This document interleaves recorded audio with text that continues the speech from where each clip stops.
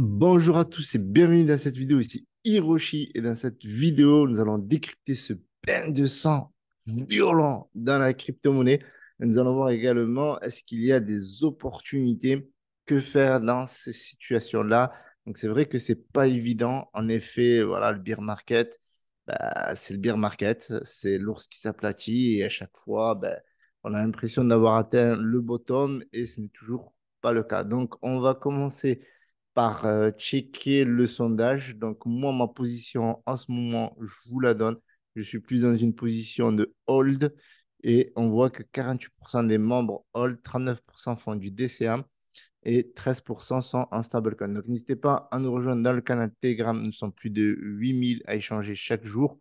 Donc, vous allez pouvoir découvrir les crypto-monnaies préférées des membres ici et voilà, d'analyser, décrypter la pensée des membres du canal Telegram par rapport à la situation actuelle. Donc, comme on peut le voir, on est bubble red. Red de chez Red, à part quelques crypto-monnaies qui s'en sortent notamment ICP avec un plus 4,5%. Donc là, on a le top 100 et pour tout vous dire, voilà, tout est rouge. On a du Luncer à moins 13,8%. Alors, il y a eu une hausse il y a 48 heures, même sur la dernière semaine, on est sur plus 37%.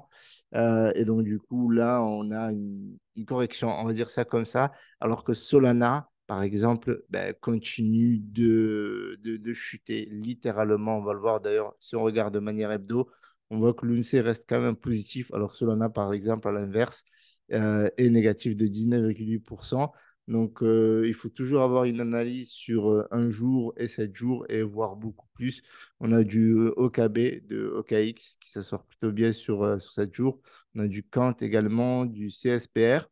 Donc voilà, tout n'est pas à jeter, bien entendu, mais par contre, aujourd'hui, c'est vraiment violent quasiment partout, à l'exception de quelques crypto-monnaies. Donc, je vous invite à me rejoindre sur Twitter. Je vous mets les liens dans la description parce qu'on a mon Telegram et le Twitter. Donc, j'ai créé un sondage. Je vous invite à participer. Il y a quasiment 100 personnes qui ont participé, 89 pour être précis. Donc, je n'ai pas actualisé. Mais bon, comment vous voyez le marché de la crypto-monnaie en 2023? Donc, 15,7% le voit se stabiliser, 41,6% continuer à baisser, 30,3% repartir à la hausse et 12,4% qui sont, qui sont sans avis. Et en fait, on voit que c'est très pessimiste. Moi, je serais. Donc, je pense que ça va continuer à baisser janvier, février, et puis normalement, ça devrait repartir. Pourquoi? Parce que la crypto-monnaie, c'est cyclique. Donc, bien entendu, c'est que mon avis. Je rappelle que je ne suis pas votre conseiller financier, que tout investissement dans la crypto-monnaie comporte des risques de tout perdre. C'est pour ça qu'on vous recommande toujours de n'investir que ce que vous n'êtes prêt à perdre, bien entendu. Et cette vidéo n'est en aucun cas sponsorisée. Donc, donc il y a 41,6% des personnes qui pensent que ça va continuer à baisser, contre 30% qui pensent que ça va repartir à la hausse.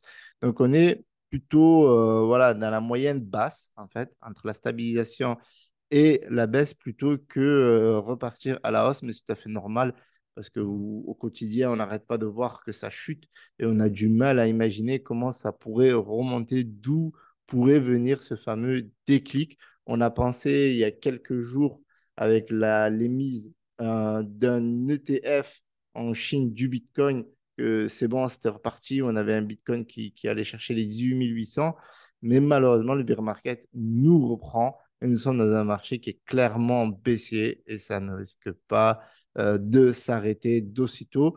Et c'est la crypto-monnaie, on vous dit toujours, c'est très volatile.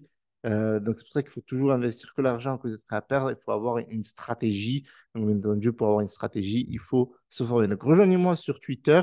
Vous allez pouvoir connaître aussi quel est le prochain token à faire x 1000, x 100 selon les membres. N'hésitez pas à participer également. Donc, on va regarder le CoinMarketCap. Donc, aujourd'hui, on descend en dessous des 800 milliards. Donc, jusque-là, ça tenait la baraque. Et on se rend compte que quand le Bitcoin chute en dessous des 16 800, ce qui est le cas aujourd'hui, eh bien, on a tout qui est rouge. Donc, c'est vraiment un niveau clé. Il faut aller rechercher les 16 800 pour que le marché puisse respirer, reprendre son souffle un petit peu. Parce que là, on a l'Ethereum qui est descendu aussi au-dessous du niveau clé des 1200 dollars. Le BNB se maintient. Le XRP, pareil, même s'il y a une petite baisse de 2,86%. Les derniers jours étaient plutôt haussiers. On a le Dogecoin voilà, qui perd 4%. Donc, Cardano qui descend en dessous des 25 cents. Donc, Adam. Donc, pour moi, c'est big opportunité. On a Polygon qui baisse de 2,84%. On a Tron qui fait plus 0,90%. Et après, voilà, tout est baissé, tout est baissé.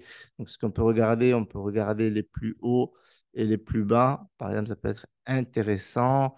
Donc, là, par exemple, on a Internet Computer, on l'avait déjà vu auparavant. On a le Hot, on a le Tron, on a le Upcoin, voilà, qui lance leur nouvelle collection. Donc, forcément, ben, ça se maintient. Mais sinon, voilà, il n'y a rien techniquement à se mettre sous la dent. Et par contre, on a des grosses baisses, notamment sur Chain, sur Terra Classic, donc correction. Solana qui continue de chuter, on passe en dessous des 10 dollars. Et on a, voilà, même Aptos a pété. Je disais qu'elle allait tout péter. Ben, regardez, ben, ça pète tout vers le bas. On est quasiment moins 10% aujourd'hui. Voilà, tout est touché. Tout est touché. Et on a un crypto Fear and Greed de 28. Alors, c'est marrant parce que ça baisse beaucoup plus que les jours précédents et pourtant le Fear and Greed, eh ben, il est à 28 plutôt que plus bas. Donc, vous voyez que le BTC au niveau technique, eh bien, vous voyez que ça chute. Hier, par exemple, on avait un plus haut autour des 16 980. Et donc là, autour de cette zone-là, 16 800, 16 900, ça tient la baraque. Par contre, en dessous des 16 800, autour de 16 700, 16 500, 16 600, là on a 16 520, ben on voit que tout passe au rouge. C'est comme ça. On a du Dante aussi qui est positif aujourd'hui avec du ANT, mais sinon la majorité des crypto-monnaies aujourd'hui est plutôt baissier. Donc, il y a des opportunités. Bien entendu, Dior, faites vos propres recherches. On a du Gala. Le Gala, qui est pour moi ben, une crypto-monnaie voilà, avec une très, très grosse opportunité. On a un ATH autour des 0,74 cents, ce qui n'est pas rien. Et en fait, même dans certains jeux play to earn comme Illuvium, etc., pour moi, il y a de grosses opportunités. Aujourd'hui, ça chute énormément parce que comment on peut concevoir gagner de l'argent grâce à la crypto-monnaie lorsqu'on a un marché qui est ultra baissier. Donc, ce qui convient le mieux pour les jeux play to earn, move to earn, etc., eh bien, c'est d'avoir un marché qui est plutôt stable et haussier, bien entendu. Donc là, on prépare le bull run. On est vraiment sur du très long terme. Et Gala Games, eh bien, aura toute sa place en tout cas dans mon portefeuille, même si on voit que ça baisse littéralement. Donc, si on revient d'un point de vue technique au niveau du gala, j'avais tracé une ligne de support lorsqu'on avait connu le hack. Donc, on était autour des 4 cents. Donc, c'était là où j'avais fait mon gros coup. Parce que pour moi, la ligne de support, je pensais vraiment que ça allait être compliqué de la, bah, de la franchir vers le bas, de la breakout. Et finalement, ben, on voit que le bear market est beaucoup plus fort que tout. Donc là, j'avais fait mon gros coup. Je vous en avais parlé sur YouTube et sur Telegram. Donc rejoignez-moi sur Telegram. Et j'avais vendu autour des 4 centimes et des poussières. Et après, regardez ce qui s'est passé. Grosse chute et ça n'arrête pas. Donc, comme je vous expliquais, les gens n'arrivent pas à concevoir comment on peut gagner de l'argent grâce à la crypto-monnaie, grâce au jeu Play to Earn, étant donné que tout le marché est en train de s'effondrer. Donc, le marché des Play to Earn et des NFT, c'est un marché très risqué, encore beaucoup plus risqué que la majorité des crypto-monnaies par rapport à cet état d'esprit et la pensée des investisseurs, bien entendu. Néanmoins, tout n'est pas à jeter au niveau de Gala. Pourquoi? Ben parce que ben, Gala, eh ben, il table sur le Web3, donc il table sur l'avenir. Ils ont lancé de nombreux jeux, notamment un jeu assez similaire à Farmville. Donc des jeux qui ont reçu de très bonnes notes, notamment 8,3 sur 10 par le site web Polka Starter de la part des joueurs. Donc, il y a une expérience utilisateur qui est très bonne au niveau des jeux. Et en plus de ça, ils sont en train de créer leur blockchain. Donc, il y a un très grand avenir au niveau de Gala. Bien entendu, il faudrait que le marché se reprenne pour que ça aille vers le haut. Donc là, qu'est-ce qu'on avait comme information? Donc on avait voilà, des baisses, donc des niveaux de support crucial ben, qui ont chuté dans des niveaux cruciaux, pour parler plus français. Mais la reprise pour Gala viendra, bien sûr, bien entendu. Je partage cet avis de Con Journal. Alors, opportunité et risque, on a Solana. Solana, j'ai vendu toutes mes positions autour des 13,93 $. Donc, j'envisage de re-rentrer sur Solana. Bien entendu, je partage ce que je fais. Je ne vous dis pas quoi faire. C'est à vous de penser par vous-même et de faire vos propres recherches. Mais moi, je considère que malgré les mauvaises nouvelles, parce que oui, il y a une très grosse mauvaise nouvelle ici, on a des grosses collections de NFT de Gods et Youths qui abandonnent Solana pour Ethereum et Polygon. Donc, c'était deux collections de NFT à succès qui étaient lancées sur Solana et qui comptent migrer sur Ethereum et Polygon au premier trimestre 2023. Donc, ça, c'est un très coup dur pour Solana. Solana qui concurrençait Ethereum sur le plan des NFT. Il commençait à lui prendre les parts de marché. Et maintenant, on a l'impression que tout s'inverse et tout va chez Polygon. Donc, Polygon, très, très gros projet, bien entendu. Ça rentre dans la catégorie Solana avec notamment Polix et d'autres blockchains de layer 1 comme Luna, par exemple, Luna classique.